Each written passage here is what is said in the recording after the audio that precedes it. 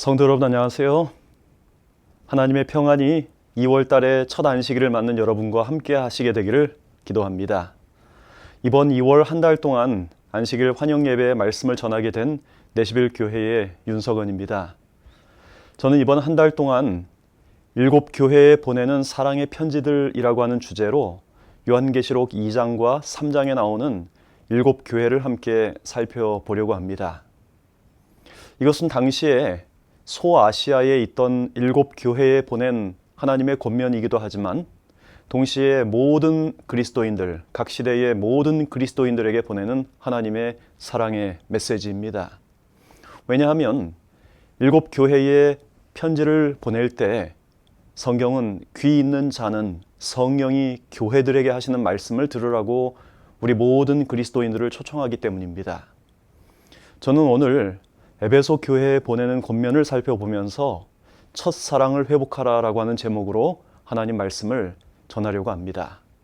먼저 요한계시록 1장 9절부터 11절의 말씀을 제가 보도록 하겠습니다. 나 요한은 너희 형제요 예수의 환난과 나라와 참음에 동참하는 자라.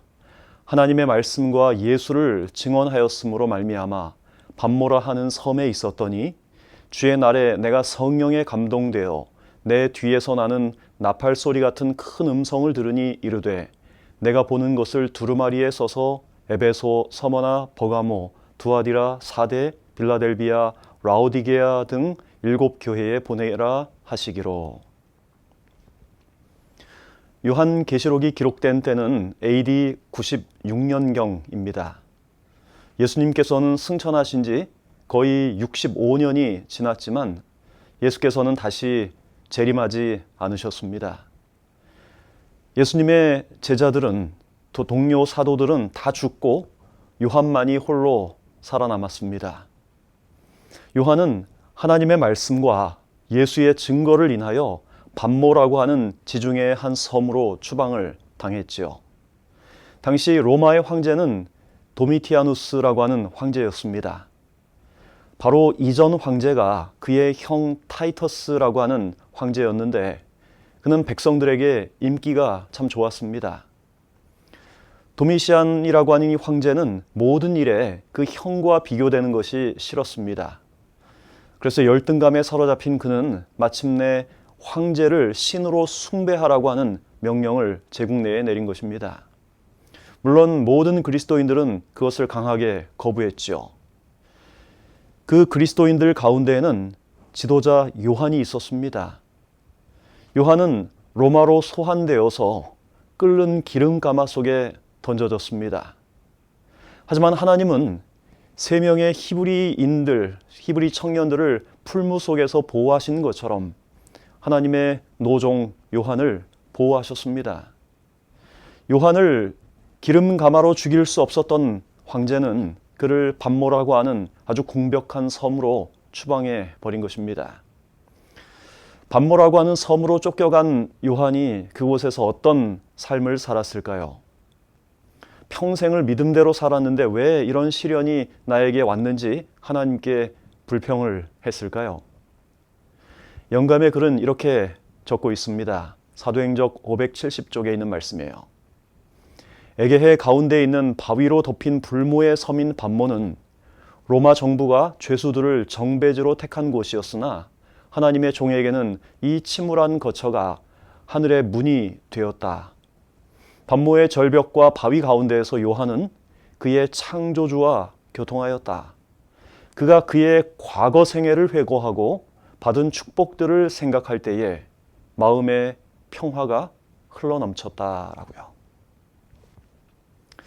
요한은 밤모라고 하는 그 궁벽한 바위 섬에서 그때까지 자신을 인도하신 하나님을 생각하며 그분과 깊이 있는 사랑의 교제를 나눈 것입니다. 그럴 때 그의 마음은 하늘의 평화로 흘러넘쳤습니다. 여러분, 하나님의 백성들이 삶의 곤란한 상황들을 겪을 때 많은 사람들이 하나님에 대한 믿음을 잃기가 참 쉽습니다. 그런데 이 요한의 경험을 우리가 살펴볼 때에 그러한 때에 우리가 해야 할 일은 바로 우리 과거의 생애를 인도해 오신 하나님의 섭리와 축복을 명상하는 일입니다. 그럴 때 우리를 인도하시고 축복하신 그 하나님의 선하신 손길들을 생각할 때 우리의 현재의 삶 그리고 미래의 삶을 그분의 손에 맡길 수가 있는 것입니다. 여러분, 요한이 열악한 반모에서 하나님과 교제하며 그가 평화가 넘치는 그런 삶을 살 수 있었던 까닭은 그가 그곳에서, 그 험준한 곳에서 바로 예수 그리스도를 보았기 때문이었습니다. 요한이 그 반모섬에서 본 예수님의 모습은 어떤 모습이었을까요? 요한계시록 1장에 보면 예수님의 모습은 흰 옷을 입고 금띠를 띠고 다리에 끌리는 긴 옷을 입은 그런 그리스도의 모습이었습니다. 요한계시록 2장 1절은 이렇게 말합니다. 에베소 교회의 사자에게 편지하기를 오른손에 7별을 붙잡고 7금 촛대 사이에 다니시는 이가 가라사대. 요한이 본 예수님의 모습은 7별을 오른손에 붙잡고 7금 촛대 사이에 다니시는 그런 모습이었습니다. 7별은 교회를 돌보는 하나님의 인간 대리자들, 그리고 7촛대는 7교회를 가리킨다고 요한계시록 1장 20절은 말합니다. 요한이 반모섬에서 교회를 위해 근심하고 있을 때 예수께서 친히 교회를 돌보고 계신다라고 한 사실을 하나님께서 보여주신 것입니다. 여기에 7별을 붙잡고에 이 해당되는 헬라어 크라톤이라고 하는 단어는 아주 든든하게 붙잡다, 꽉 붙잡다라고 하는 그런 뜻입니다. 하나님께서 그 7별을 그렇게 든든하게 붙잡고 있다는 것입니다. 사도행적 582쪽에 있는 말씀이에요.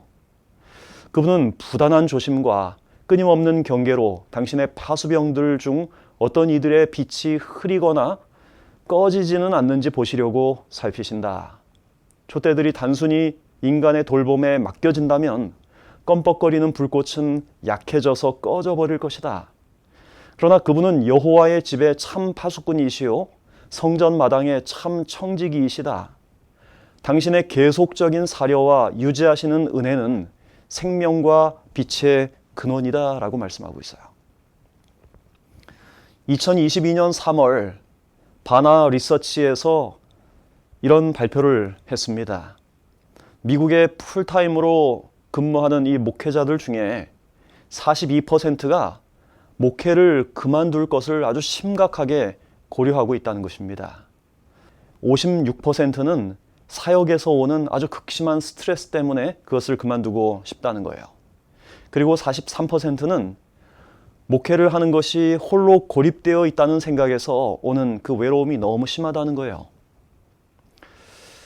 오늘 이 예배에 참여하는 분들은 여러분의 목사님들을 위해서 특별히 기도해 주시기를 바랍니다. 그 연약하고 또 흔들리는 그 목회자들의 그 연약함을 위해서 기도해 주시기를 바랍니다. 그리스도께서는 당신의 오른손으로 7별을 잡으신 것으로 나타나 있다. 이것은 그 임무에 충실한 교회는 파멸될까 봐 염려할 필요가 없다는 것을 보증한다. 왜냐하면 전능하신 분의 보호를 받는 별 중에 단 하나도 그리스도의 손에서 빼앗을 수 없기 때문이다. 하늘의 별들은 그분의 지배 아래에 있다. 그분께서는 그들을 빛으로 가득 채우신다. 그분은 그들의 운동을 지도하시고 지휘하신다. 그분께서 이렇게 행하지 않으신다면 그것들은 떨어진 별들이 될 것이다. 당신의 종들도 그러하다.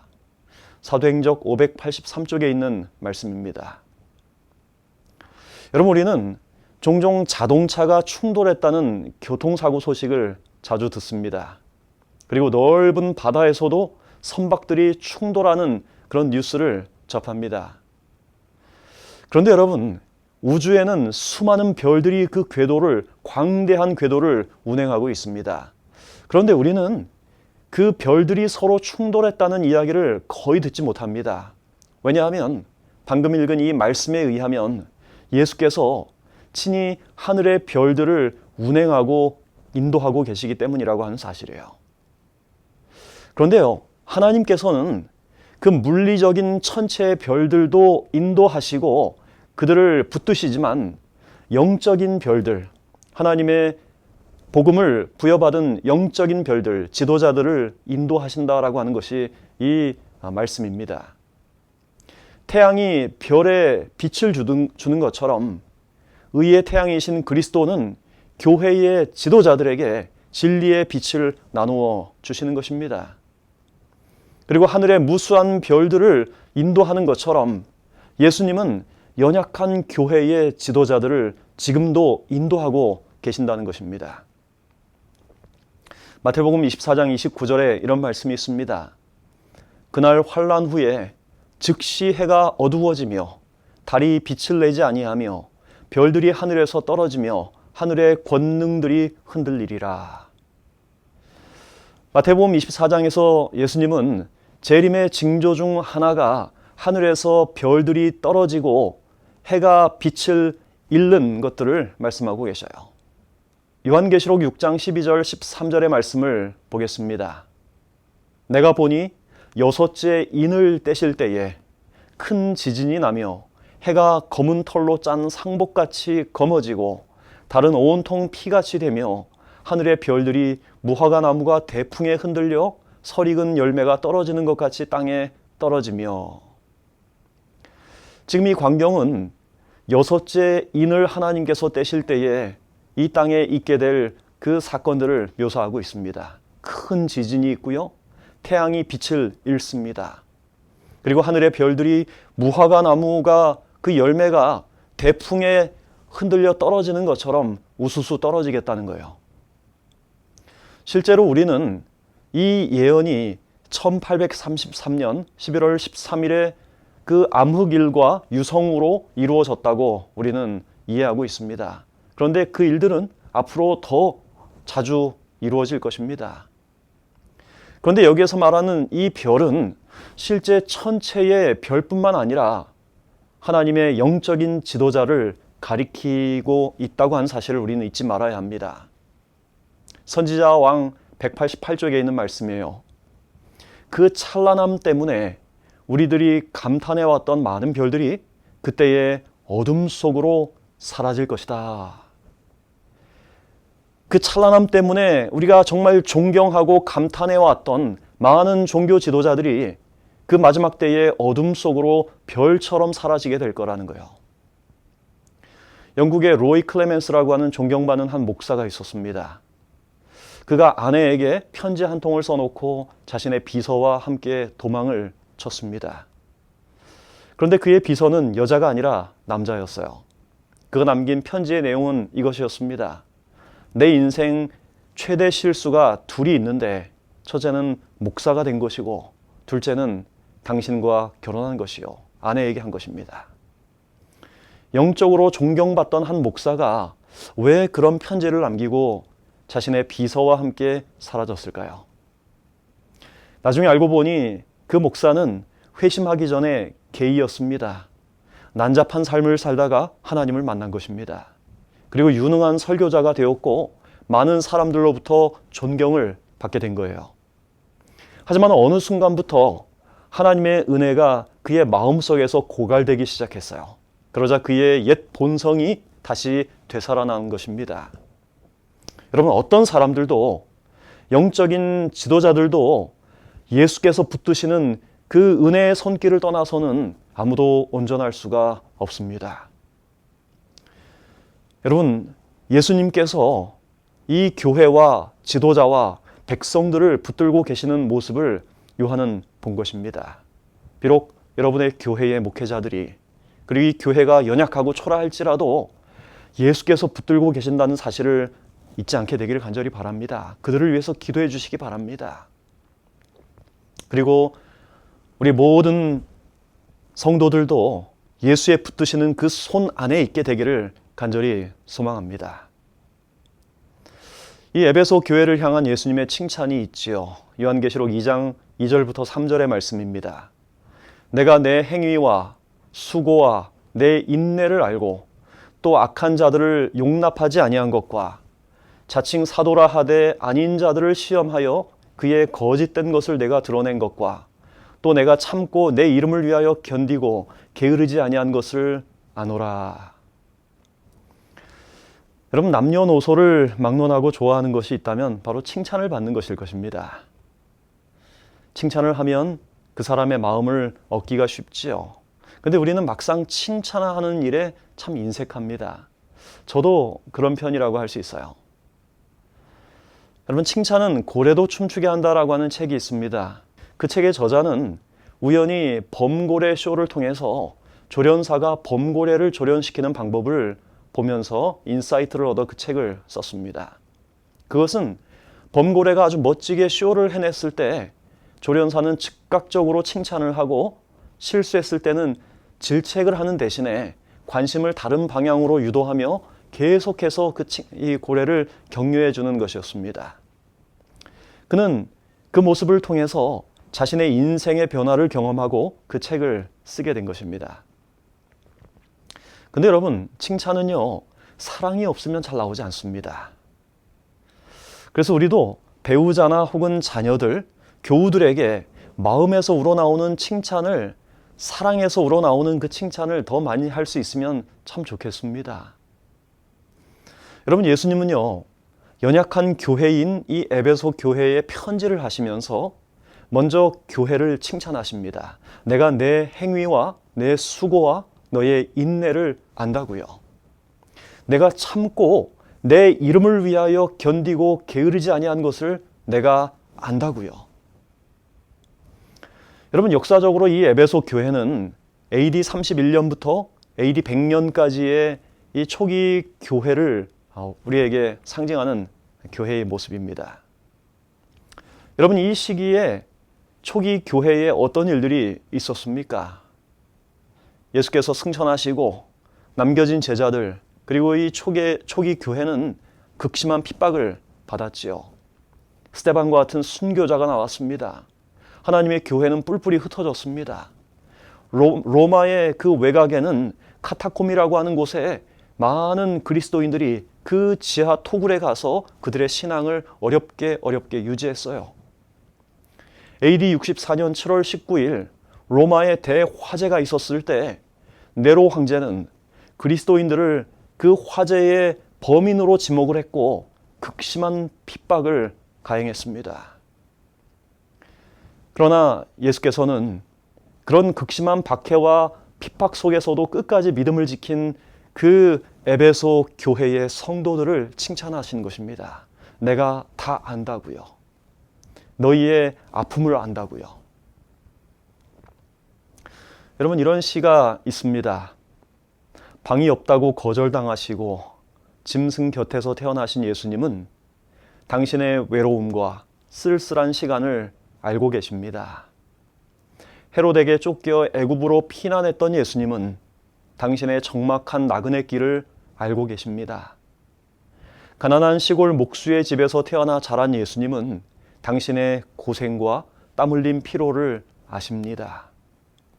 머리 둘 곳 없었던 예수님은 집 없고 의지할 데 없는 당신의 불안함을 아십니다. 친구들의 배신과 가까운 사람들의 버림을 체험하신 예수님은 혼자서라도 굳세게 살려고 발버둥치는 당신을 아십니다. 수건을 머리에 두르고 제자들의 발을 씻기시던 예수님은 당신이 남몰래 베푼 친절과 희생을 아십니다. 여러분, 이런 예수께서 오늘 저와 여러분의 그 믿음의 수고, 주님을 향한 그 사랑과 헌신의 수고를 알고 계신다는 거예요. 믿음 안에서 살려고 몸부림치는 여러분을 아시는 예수님이 계시기에 여러분, 용기를 잃지 않게 되기를 간절히 바랍니다.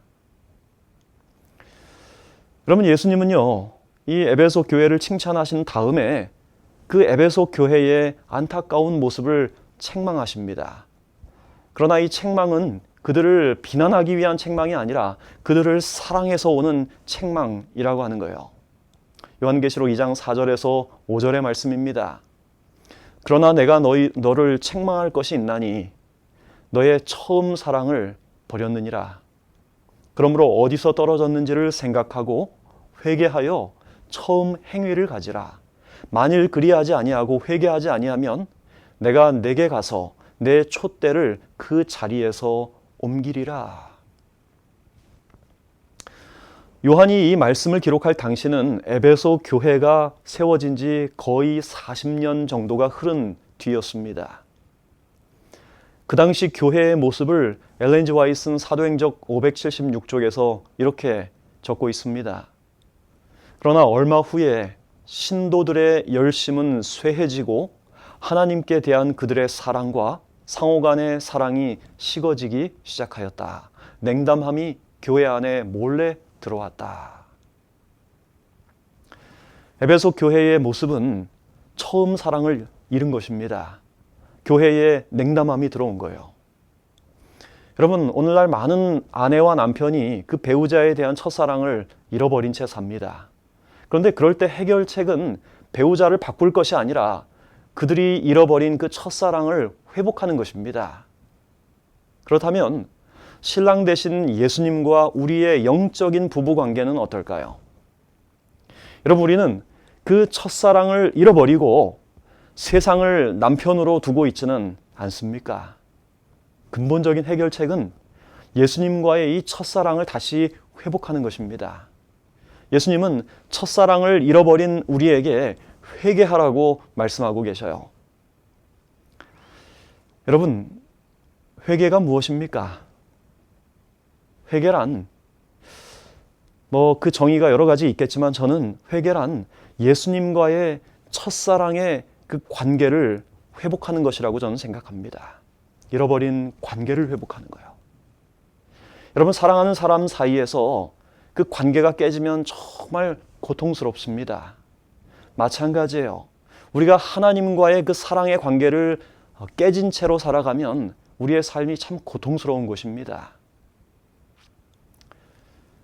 오늘 우리의 삶이 참 부족하고 연약할지라도 우리를 여전히 찾아오시는 그 사랑의 하나님, 그 사랑의 예수님을 우리가 다시 한번 그 사랑의 관계를 회복하고 그분과 행복한 또 사랑의 교제를 나눌 수 있게 되기를 간절히 소망합니다. 이 관계를 회복하는 것이 바로 회개요, 첫사랑을 회복하는 길이라고 하는 것입니다.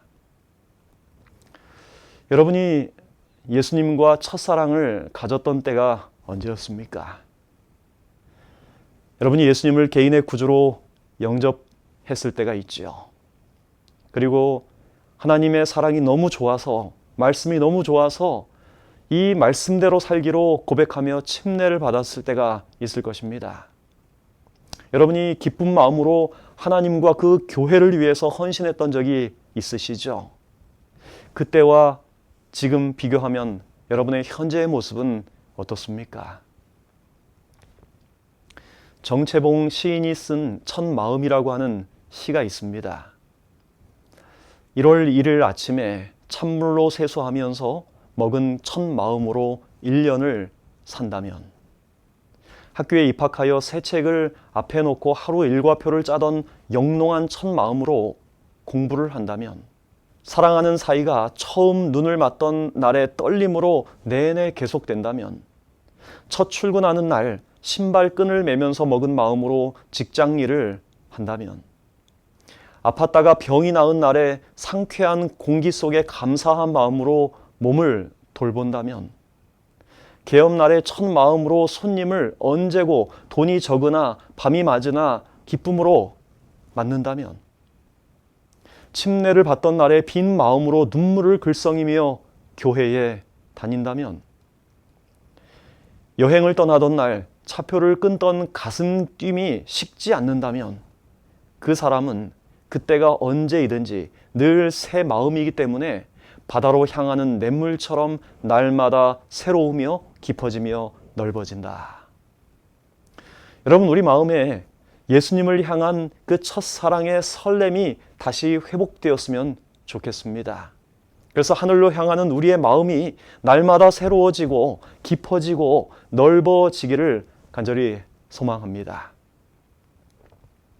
예수님은 이 에베소 교회를 향한 특별한 약속을 주십니다. 요한계시록 2장 7절의 말씀이에요. 귀 있는 자는 성령이 교회들에게 하시는 말씀을 들을지어다. 이기는 그에게는 내가 하나님의 낙원에 있는 생명나무의 열매를 주어 먹게 하리라. 아멘. 예수님은 사랑하는 당신의 백성들에게 주실 것이 정말 많이 있습니다. 그런데 예수님께서는 에베소 교회의 성도들에게 이기는 자에게, 죄와 더불어 싸워서 이기고 최종 승리하는 하나님의 백성들에게 생명나무의 열매를 먹을 수 있는 그 놀라운 축복과 특권을 약속하셨습니다. 제가 오래전 4월 달에 필리핀을 방문했던 적이 있습니다. 제가 개인적으로 참 망고를 좋아하는데 이 4월 달에 나오는 필리핀 망고는 정말 도저히 잊을 수 없는 그 놀라운 맛이었습니다. 망고가 그전에는 이 작은 망고들을 먹었는데 4월 달에 나오는 필리핀의 망고는 정말 이렇게 큰 그런 망고였어요. 그래서 음식을 먹을 때마다 망고가 얼마나 저렴하고 얼마나 맛있는지 그것들을 한 바구니 갖다 놓고 밥을 먹기 전에 망고를 6개, 7개씩 먹고 밥을 먹었던 적이 있어요. 아직도 그 망고의 맛을 제가 잊지를 못합니다. 그런데 예수님은 이 에베소 교회의 성도들, 죄와 더불어 싸워서 끝내 승리하는 하나님의 백성들을 위하여 하늘 생명나무에서 열리는 생명나무의 열매를 먹게 하겠다라고 그렇게 약속하고 있는 것입니다. 거기서 나는 순은으로 된 식탁에 차려진 생명나무의 열매와 만나, 살구, 무화과, 석류, 포도 외에 다른 많은 종류의 과일들을 보았다. 나는 예수님께 그 과일을 먹도록 해달라고 졸랐다. 그때 주님께서는 지금은 안 된다. 이곳의 열매를 먹는 사람은 지상으로 다시 돌아갈 수 없다. 그러나 내가 만일 신실하게 행하면 잠시 후에 생명나무의 열매도 먹게 될 것이며 솟는 샘물도 마실 수 있을 것이다 라고 대답하셨다. 그리고 그분은 너는 지상으로 다시 돌아가서 내가 내게 보여준 것을 다른 사람들에게 말해 주어야 한다라고 말씀하셨다. 그러자 한 천사가 나를 이 어두운 세상으로 조용히 데려다 주었다. 때때로 나는 이 세상에 더 머무를 수 없다고 생각하게 되는데 그 이유는 이 세상의 모든 것들이 너무나 침울하게 보이기 때문이다. 내가 더 좋은 땅을 보았기 때문에 이 세상은 너무나 쓸쓸하다고 느낀다. 아, 나에게 비둘기 날개가 있다면 그곳으로 날아가 안식하련만. 여러분, 이 광경은 엘렌 화이트 이상 가운데 하늘에 가서 우리 예수께서 그녀를 위해서 베풀어준 그 식탁의 광경을 보고 그가 느낀 느낌입니다. 그가 하늘을 살짝 보고 이 땅에 내려와 이 땅의 모습을 보았을 때 이 땅이 너무나 어두워 보였던 것입니다. 사랑하는 성도 여러분, 우리는 하늘을 향해 가는 사람들입니다. 우리의 시선을 이 땅에 둘 것이 아니라 저 하늘에 두면서 살아가야 하는 하나님의 백성들입니다. 우리 예수께서는 죄와 더불어 최후에 승리하고 이긴 하나님의 백성들을 위해서 하늘 생명나무의 열매를 우리를 위해서 주실 것입니다.